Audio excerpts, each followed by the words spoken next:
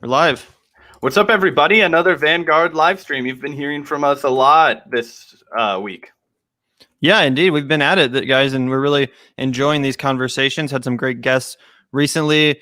We just spoke with Thomas Frank, the great author of What's the Matter with Kansas, Listen Liberal, and The People Know. So definitely go check out that new interview on our channel if you have not already. And if you're here for the first time, welcome to the Vanguard. Make sure to subscribe. We really appreciate the support. And speaking of support, I'll shout out our patrons, the people that are supporting us on patreon.com/the Vanguard channel. We really do appreciate that support. It keeps the show going. And for $10 a month, you can become a Vanguardian level patron and join us on live streams like this one and be part of a Vanguard video. So whether you just want to pitch in $1 to support us as a member or, the full level, you can join us. But either way, we really do appreciate that support, guys. Yeah, so we always say if you want to come on here and tell us that we're dumb fucking pieces of shit, it only costs $10. It's a real steal. You can let out some aggression. We're happy to take it in order to sustain the lifeblood of this channel because, as Gavin mentioned, we really do appreciate that support. Right now, we're trying to get the van operating again. We live in the Midwest where there's like crazy weather and snow and, we're not car guys, but the van we have is obviously a diesel engine. It's a Sprinter van, and just the catalytic converter and exhaust and muffler and everything just straight up fell off. I guess rusted through when it snowed, and it had its last thing. So it's in the shop right now.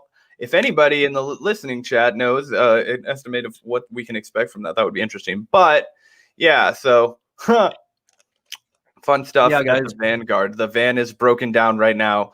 It is at the doctor's office, and we're hoping to get it fixed. Yeah, and if anyone doesn't know what Zach's talking about, we have a Sprinter van that we're going to be taking across the country on little adventures soon as it's safe to, at least, making short documentaries, reporting live from the scene of protest action or activist, whatever's going on. We're going to be there with a camera and a microphone to film it and get some perspectives from people on the ground. And that was kind of the original vision for this channel. That's why it's called the Vanguard, or at least that was why why that name exists. So that's another reason to pitch in support if you're able to. Obviously that's going to be extremely costly. So yeah, I have no idea what to expect. I'm just bracing myself for impact. Like on Monday morning when I get that call, it's going to be sad. But anyway, we have a great show ahead for today. Yeah, we do actually. And we were recently speaking with Savage Joy about Force the Vote, kind of the conclusion or fizzling out of the Force the Vote movement or demand, obviously that emerged recently. Jimmy Dore's idea to try to get the squad members and leftist members of Congress to vote no on Speaker Pelosi in order to, get in return a vote for Medicare for all. If they were gonna exchange their yes vote for that, try in a way to try to use their leverage and pressure. We thought it was a good idea here at the Vanguard, but obviously it didn't work out. And we were talking to Savage Joy about what she thought would come next, or if there was another good idea out there for continuing to pressure our elected officials, our government, for this pretty simple demand of a single payer universal healthcare system. And she actually mentioned Lee Camp, probably my favorite political comedian, to be honest. So over at RT, the host of Redacted Tonight, really funny and smart guy. And apparently he has an idea that we're going to be talking to him about on this live stream about what to do to continue on the momentum and energy behind Force the Vote, but with a slightly different strategy. Yeah, and I think that that's exactly where the left needs to consider themselves now. One of the big critiques of, Force the Vote that I think actually held water is the one that, this kind of erupted out of nowhere, right? And, whether or not, it was the responsibility of the, activist community or the online left or, where this idea came from, obviously it's credited to Jimmy Dore's show pretty widely. But what was often kind of lobbed at it in a way that I thought was at least like most sincere was the fact that it just kind of came out of nowhere and it didn't have the time to develop. It didn't have the time to take hold. It was asking too much of everybody too soon.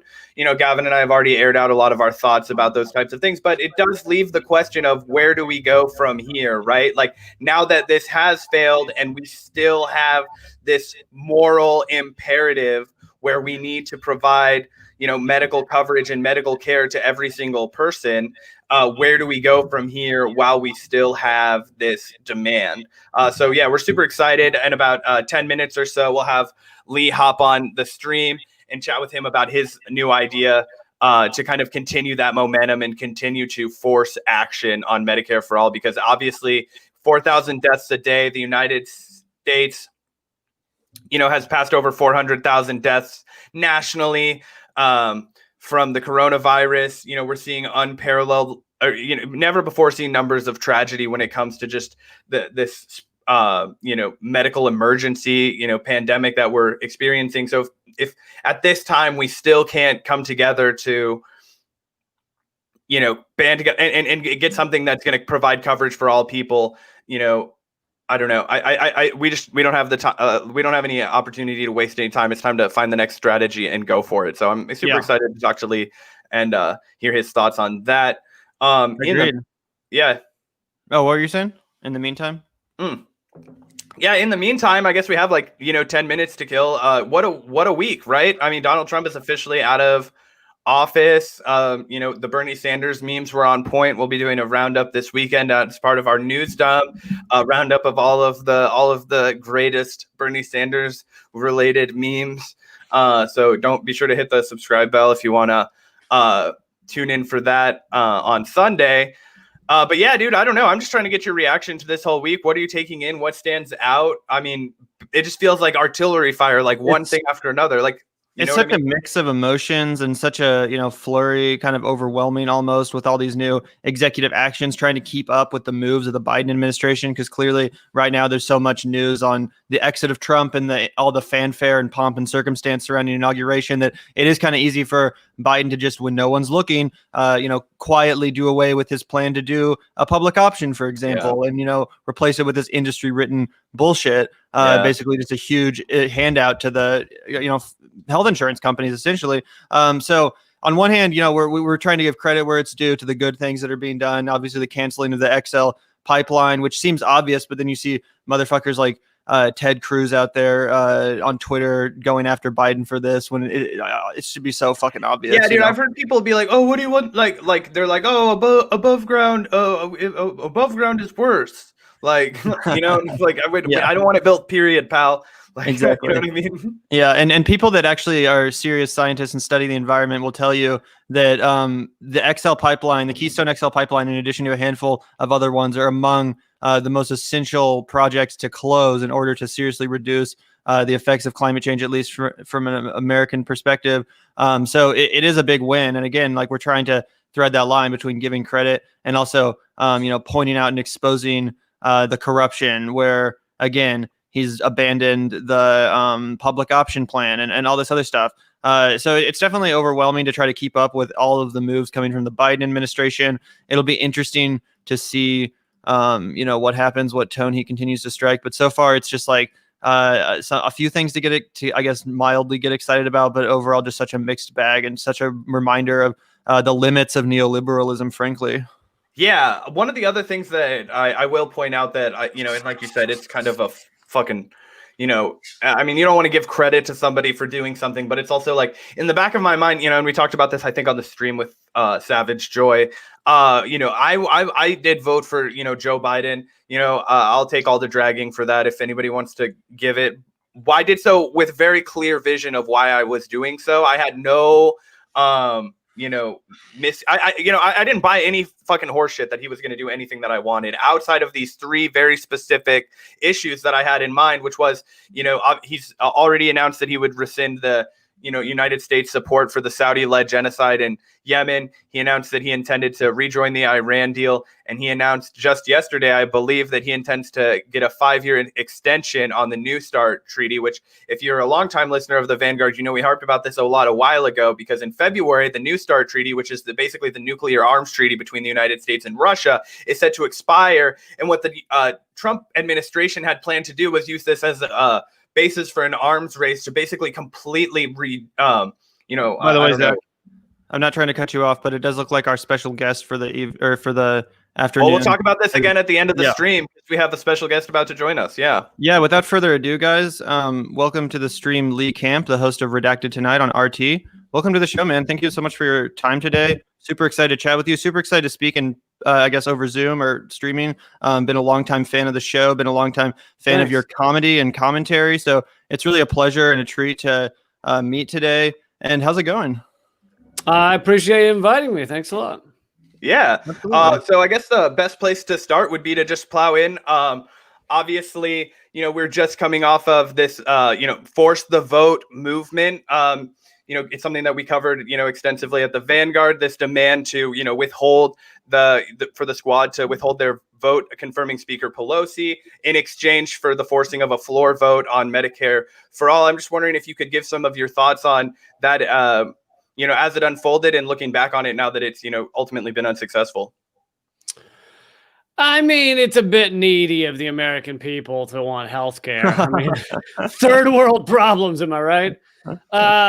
So yeah, it wasn't successful, but there weren't that many who really thought it would be. It's more important to, I think it just created a passion and energy behind getting Medicare for all. And each moment there is to do that is important. And so I think it was incredibly important whether the squad or whoever decided to actually force Nancy Pelosi to hold that vote or not. And something I've been talking about recently, which I think you guys have read my piece on it, is that Joe Biden actually, and this is coming from the American Prospect and David Dayen over there have done research on this. Joe Biden actually now as president has the power to give everyone Medicare for all if he truly wanted to under Section 1881A of the Social Security Act. And we have actually done this in various places in the United States, such as Libby, Montana. And the idea is if an area has a environmental exposure of some kind, then they deserve health care because they are all afflicted with problems. Most Americans have had some sort of exposure or another, whether it be this fucking pandemic or it be the smog in Los Angeles, the lead contaminating the pipes in 2,000 cities around the U.S., the oil spill under Brooklyn, New York, where I used to live, the Roundup herbicide carcinogen sprayed on all New Yorkers and, of course, many places across the U.S., auto-tune. I mean, there's just so many things that people are afflicted with. So yeah, and you mentioned that how the force the vote, it failed, but it wasn't ever really going to succeed anyway. Even if it had succeeded, we wouldn't actually have ended up with Medicare for all. And that's something that was constantly pointed to by its detractors and kind of the straw man that was over and over again seen by people that said, like, well, what's the point of doing this? It's not going to achieve Medicare for all anyway, which is why I actually like your plan a little bit more, being that the end result of your plan, if it were to be successful, is actually universal health care. Single payer Medicare for all. So I think that off the bat, this is a good idea because people that might be skeptical or might have been detractors of the force the vote movement will automatically see the legitimacy in this right off the bat. That doesn't need to have that conversation, doesn't need that convincing. It's super straightforward. And of course, that idea is #force the executive action, correct? Yeah, I mean, that was just a hashtag I threw around when I started it, but I am more than open to ideas if there are more clever hashtags or whatever. But yeah, so I was doing force the executive action. And also it forces, even if it doesn't happen, it forces Joe Biden and the Democrats to explain why it is they don't want people to have health care, why it is they can't do something that the rest of the developed world has for their people, why it is that they want people in the middle of a pandemic to continue to struggle and continue to worry about even showing up to a hospital. I mean, how many people that get COVID or one of a million other problems don't even go to the hospital because they're worried of the bills they'll walk away with? Yeah, absolutely. And just to walk back a little bit, Lee, could you lay out your plan and your vision and how you kind of came to the conclusion that we needed to force the executive order? You mentioned David Dayen's reporting at the American Prospect, but I also think it's a matter of, instead of isolating these, 4, 5, 7 members of Congress that, overwhelmingly agree with a lot of what the left has to say. Instead, we can kind of hold Joe Biden's feet to the fire with your strategy. So I'm wondering, can you just lay it out for people who may have not been familiar with what you're suggesting before tuning in? Yeah, it's just that I kind of glazed over or quickly went over it earlier, but it's under section 1881A of the Social Security Act. Right. And so your idea would be to force Joe Biden to do that. Right. The president can basically give an area Medicare for all. Now, when this was put into law, I get that they thought, oh, well, this will be done for one little population here or there. It won't be done for the whole nation. But I think these are crazy and new and dystopian times. And if there's one time to do something large like this, it's right now. And really, you just need enough pressure against Joe Biden to do it. And of course, the argument from the other side would just be like, oh, well, the president shouldn't be doing things this large with executive action. This should go through Congress. And yeah, but all that shit is just used so that Democrats can avoid doing things. You'll notice Donald Trump, for anything possible, was not waiting around to see if Congress wanted to help him out with it. He was doing everything conceivable, and then he would wait and see if the courts actually stopped him, which most of the time they didn't. So it's like, go ahead and do it. And if they're going to go through the courts and then at some point the courts decide, no, we just meant this was for Libby, Montana. We didn't mean you could do it for the nation. Then fine. People will have gotten a year of healthcare out of it while you fight over it. Yeah, that's an interesting point. I mean, obviously a discussion that we have sometimes on the left and here at the Vanguard too is the legitimacy of using these executive actions versus trying to go through Congress. But I think you're absolutely correct. I mean, we've seen under the last 4 years with Donald Trump that he's kind of ran roughshod over the traditions and, rules of things, and has basically just, as you said in your video, moved money around for this wall at his abandon. So there's no reason that Joe Biden an emergency, right? A national emergency because of immigration. Yeah, exactly. Caravan to America was the greatest national security threat we'd been facing under his presidency. Yeah. So, go ahead, Gavin. You're good. Oh, go ahead. Okay, I was just going to ask what your plan is to try to popularize this notion. If you're going to try to launch some sort of like an online campaign, obviously with the Force the Vote movement, we saw the Force the Vote town hall where they got together some speakers and some people that had real heartbreaking stories, quite frankly, to tell to reinforce this need for Medicare for all. But I'm wondering if you have any ideas of that sort other than the hashtag. Are you going to try to do anything of that sort? Or is this just something you're talking about? Well, I am friends with or in contact with a lot of people that were, the creators and some of the energy behind Force the Vote, such as Nick Brana with the Movement for a People's Party and Jimmy Dore and a bunch of others. And so, I think I'm not. I don't like when people take an idea and say, I have taken it and claim it as my own. Sure. And so if people wanted to get behind it, if it turned out that, I know MPP's been publicizing it some, if it turned out that people thought this was a good idea and really wanted to jump on, then I would be all for it. And I would be there to help and promote it and anything I can do. So I guess that's what it comes down to. I'm not going to, speak for Jimmy or MPP or anything, or demand that this is the way things have to go, or fuck everyone else. Like, that's not how I generally work. So, if people like it, let's do it. Yeah. By the way, I just want to say a huge thank you to the super chatters. The Seeker says, I would suggest to succeed, place the focus on the fact businesses will reduce costs of hiring people. More jobs will be created. Thank you for that comment. And also thank you so much, David, for your super sticker. Genuinely appreciate the support, guys. Zach, did you have something to say? Yeah, I think that since Joe Biden's, in his limited time in office, right, since, 2 days ago, he's already sort of been difficult in his posturing on healthcare, right? He's indicated that he's not going to just go for the simple majority on reallocating for reallocations for his, COVID relief plan. Instead, he's going to try and get the full 60 votes. I'm just wondering, what kind of obstacle do you think we're up against right now in the left? Are you breathing a sigh of relief now that Joe Biden's in office in the time of this pandemic? I just was curious to kind of get your pulse on that more broadly. No, I mean there are. I think with Biden, you're maybe there's a slightly less risk of the American society collapsing due to whatever fascist shit Trump is pushing. But at the end of the day, it's not much different. This government is owned by a tiny elite of corporate sociopaths. And that's not going to change. But people think they can stop fighting, or they can go home, or they can go back to brunch because you have Joe Biden in that office, which is laughable. And I even though I don't equivocate when I trash Donald Trump, and I've been doing it since before he was ever elected, I spend more of my time trashing the Democrats because of the way they lie to us, the way that, they ostensibly say that they stand for things like healthcare and for workers and everything.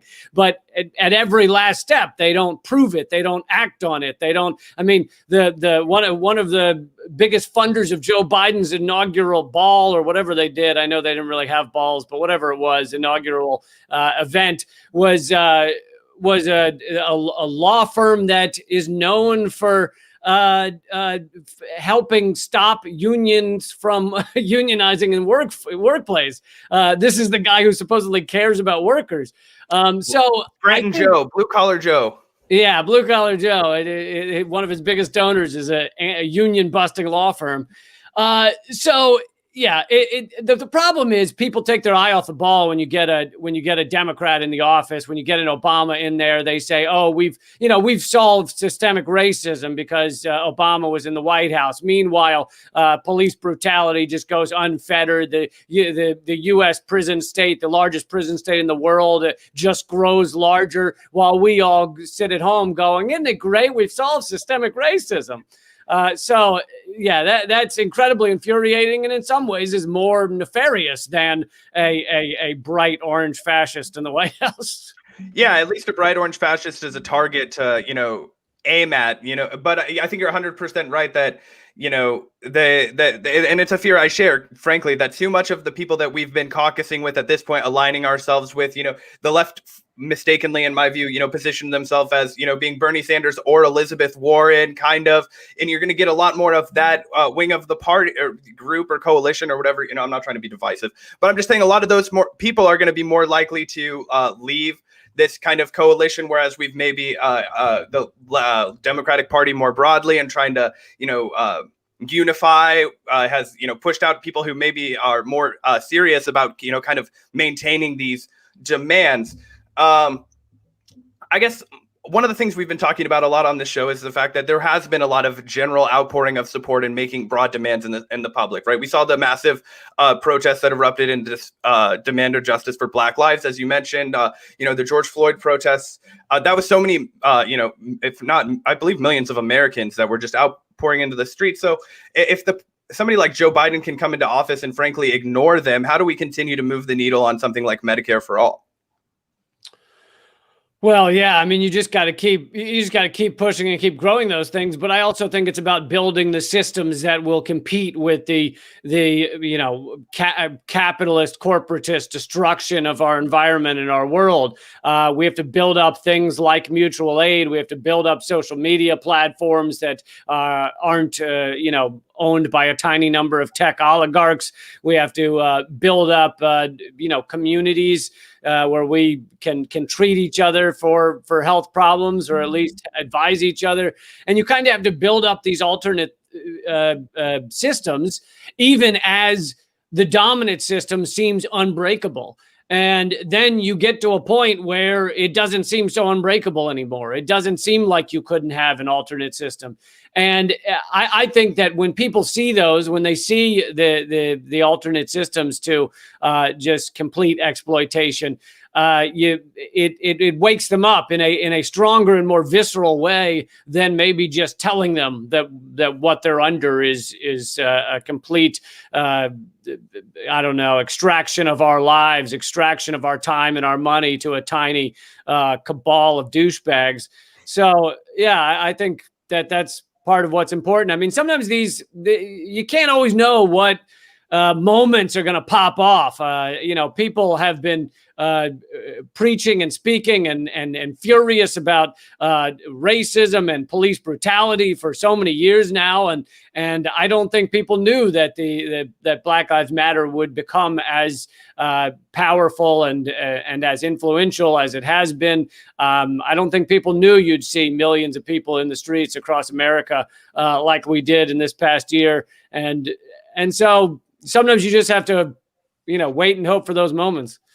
Yeah, I think you're absolutely correct. And we were actually just speaking with Spike Cohen of all people yesterday, who was the vice presidential candidate for Joe Jorgensen of the Libertarian ticket. And one point of agreement we really, find with him is the defund the police movement. It's something that a lot of people are on board with. A lot of people understand the necessity of that aren't just part of the socialist left or whatever you want to call it. So I think that's absolutely correct. Someone in the comments is asking if you would ever consider running for office, maybe primarying your rep.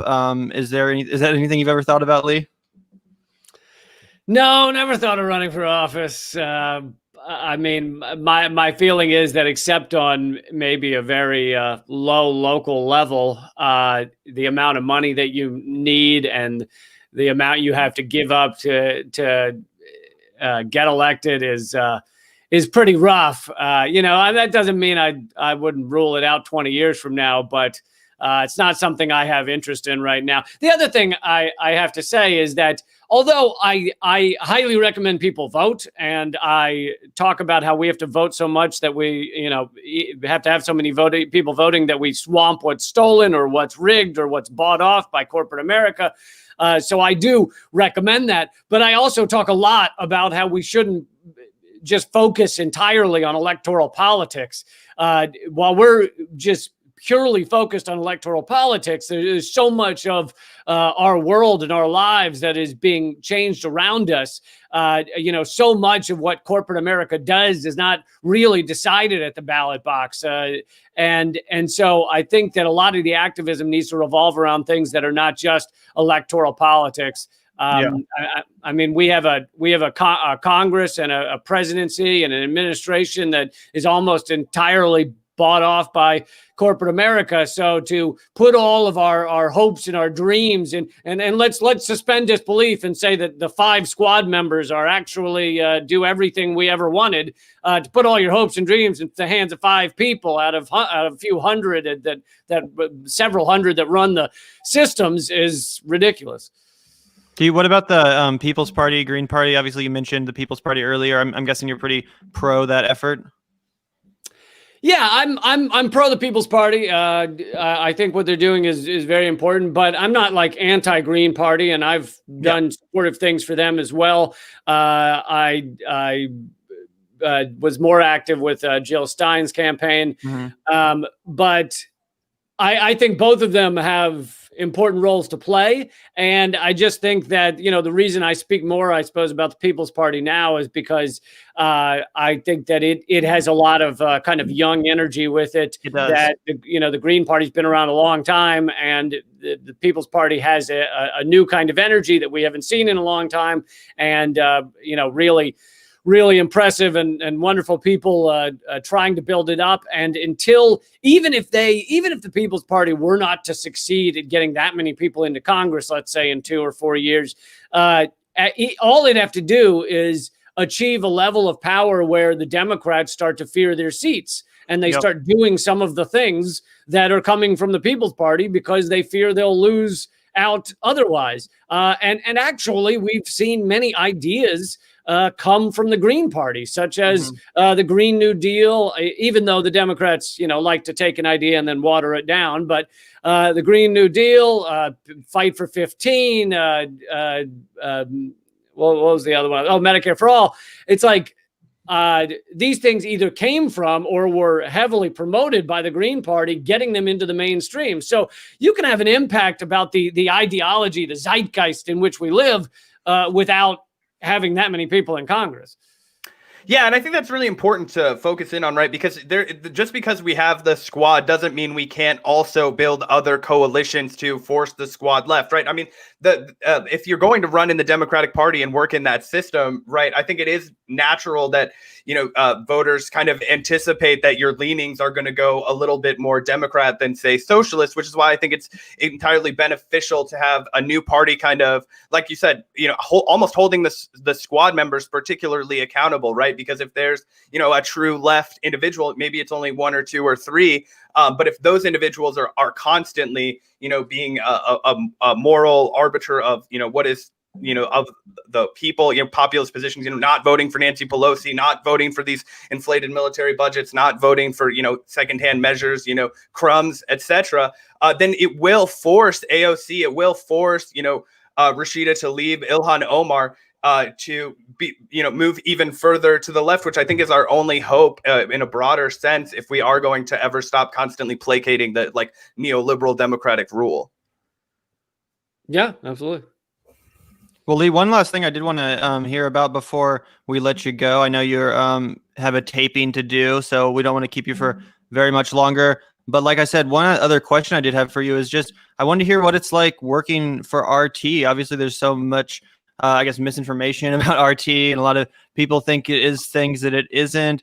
Just wanted to maybe hear what you have to say about it. Are you and Jesse Ventura just like over there chilling, like smoking a blunt together after on break, or like what's going on? Yeah, it's just me and Jesse and Hedges smoking out all day. Give it up. I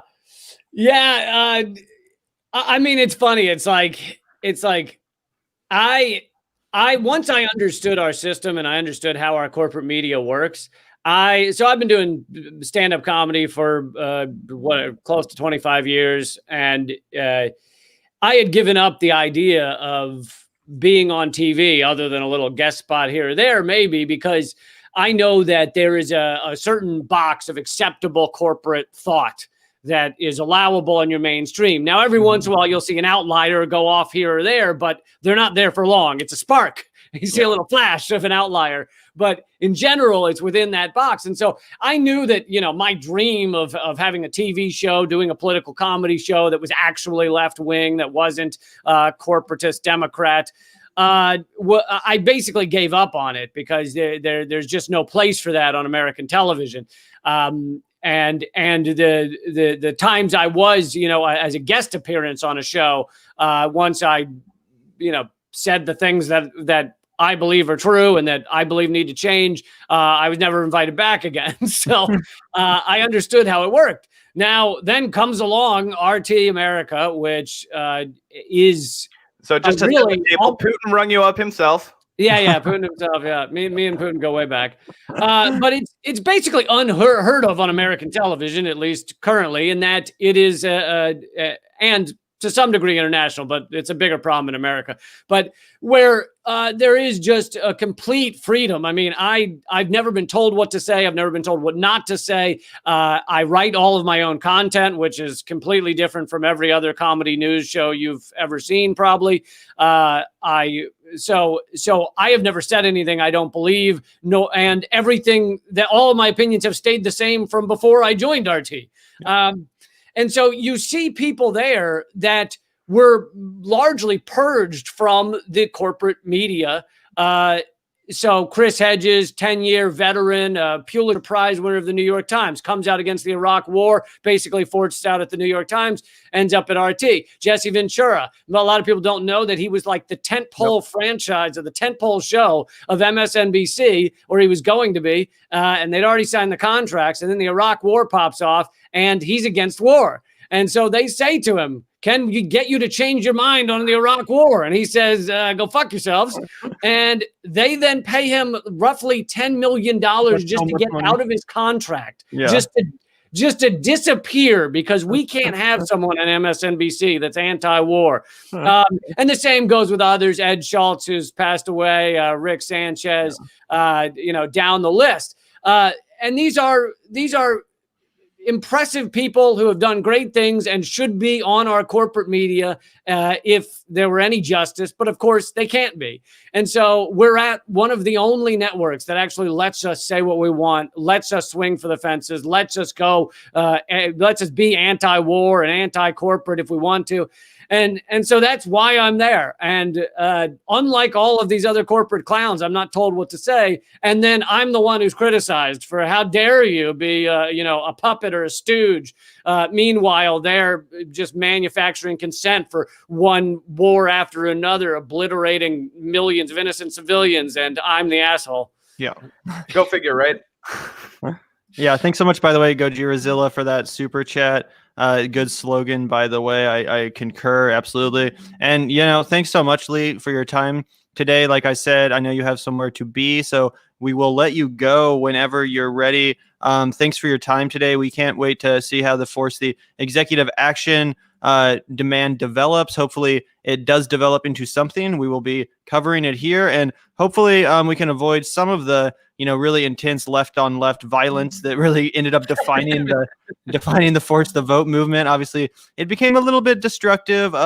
We can obviously discuss about whether that was a necessary thing or not, but hopefully we can maybe have a little bit of an eye towards left unity as we go down the executive action road, which I definitely think is a good idea. And hopefully we can speak to you again in the future, man. Yeah. Thanks so much for taking the time to speak with us.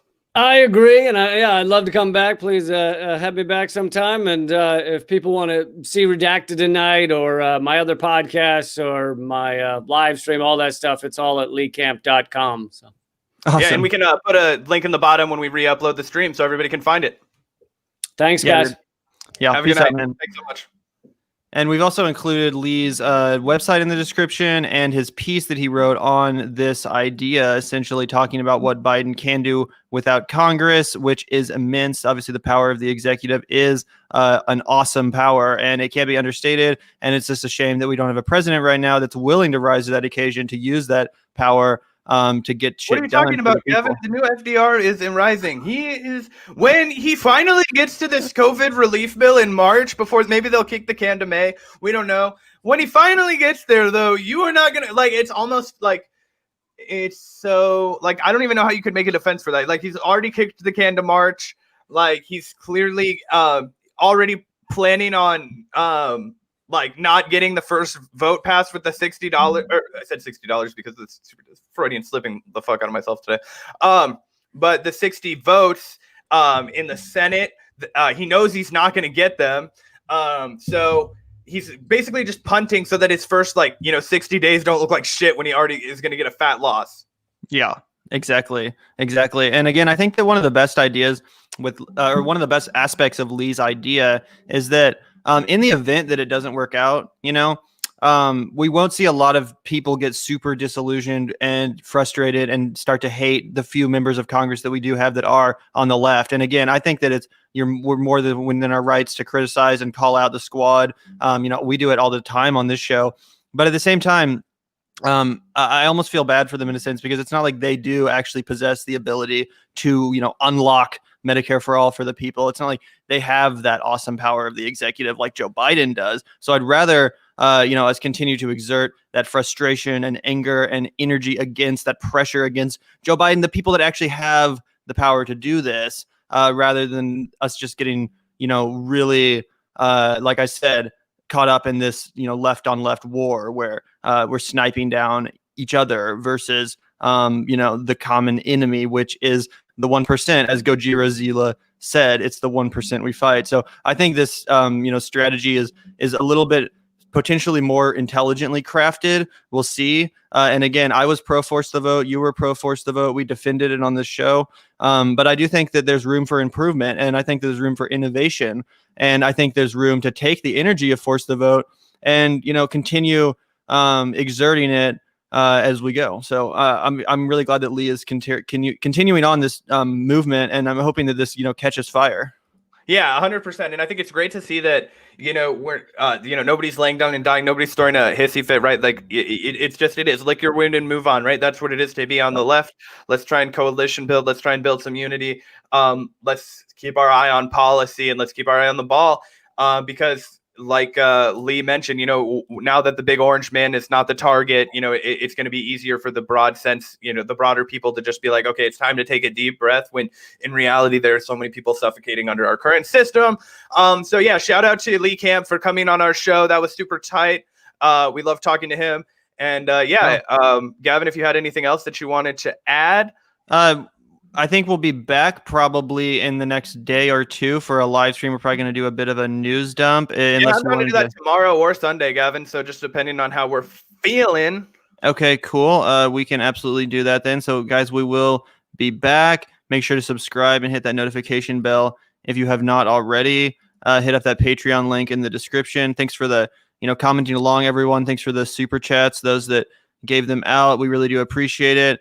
And I also agree with you, SLV Revolutions. There's so many great executive orders that Biden exactly. could do. We were talking about that a little bit at the beginning of the show. Yeah, and obviously taking cannabis off of Schedule 1 is another, monumental thing that rests within the power of the executive, that does not need Congress and, 50 votes, and you don't need to twist Joe Manchin's arm to get it. It's something that Joe Biden could give us right fucking now. He's now the president.